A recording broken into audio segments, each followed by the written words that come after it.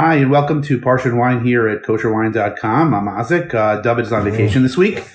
I am actually in Teaneck, New Jersey. I want to shout out to my mother-in-law who's hosting our Parsha and Wine this week. I apologize for us not being in the office. Next week, David will be back, and I will be on vacation next week, so you'll enjoy David. This week's Parsha, Parshas V'eschanan, it talks about Moshe coming to... He's basically trying to get to argue. The Parsha starts out with him arguing with Hashem to allow him to get back to Eretz Yisrael, and Hashem says no. That when he hit the rock to get the water, it was just not good, and he's not allowed to come back in. But he is to get a view of the entire country. He's to see everything from the north to the south. The Parsha then goes on to talk about it. We actually recount the Aseres HaDibros, the Ten Commandments. The cities of cities of refuge are described all the way especially the ones on the eastern side of the Yarden, of the Jordan River, from the north all the way down to the south. And then actually the Parsha finishes off with Shema. Parts of Shema are actually found in this week's Parsha. And for this week's wine, actually, we have the Yarden Hermon red. I'm sorry for the backwardsness of the writing. I am not technically savvy enough to figure out how to switch it. I know it's possible.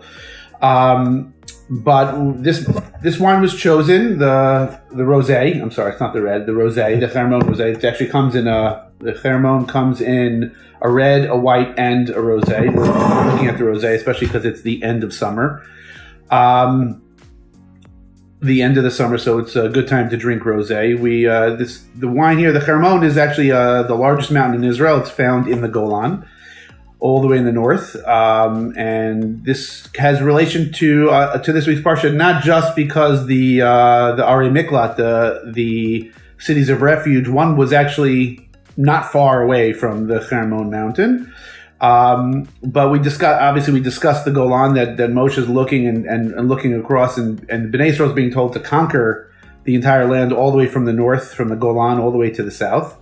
But also this week's Parsha deals a lot with mountains in general. The beginning of the Parsha, Moshe is told to go and look across, and he has to see Har Gadol, this large mountain. The Rashi says actually there that it's referring to Yerushalayim, which is built obviously on the mountain, and to the Beis Hamikdash, HaLevanon, the Levanon, which Rashi says also there is referring to the Beis Hamikdash built on top in Yerushalayim.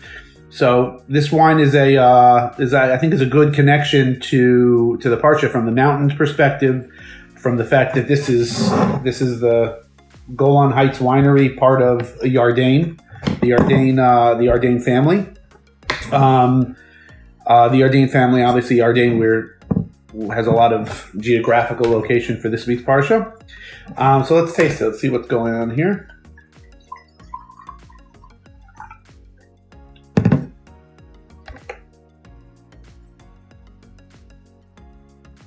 All right, so you get a lot of some good fruit on the nose. Certainly some strawberries, maybe some rose petals, like that kind of thing. Yeah, I think also even a little bit of a sour cherry smell. Let's see how it tastes. Hold on.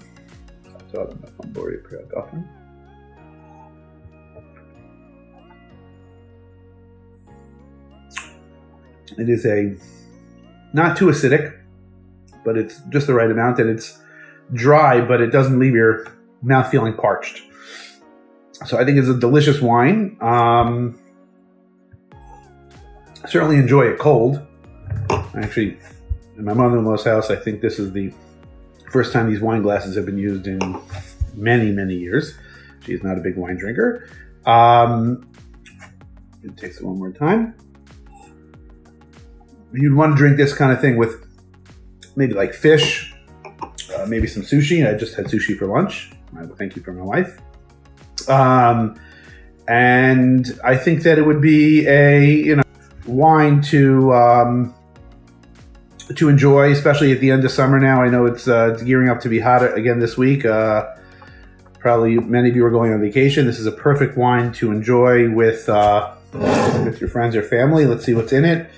It's made from Syrah, Tinata cow, and Tempranillo grapes. And it's produced. All these varietals are coming from the upper reaches of the Golan. So it certainly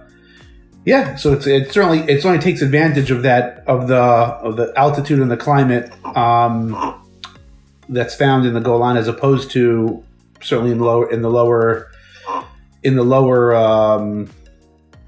altitudes, or the lower valleys, I guess, of that are found in the southern and the more southern parts of Israel.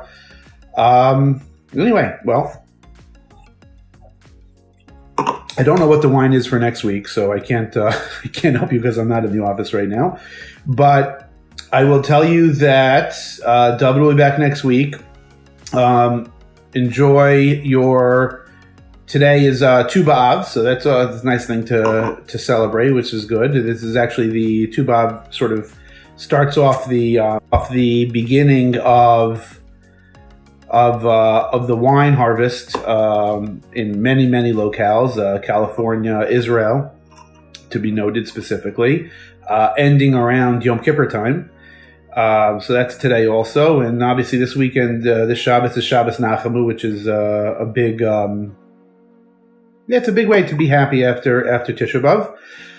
Well, enjoy your rosés for the weekend, and have a happy Tu B'Av. And I'm just told it's a surprise wine for next week. Enjoy and have a good Shabbos, and we'll see you guys next week.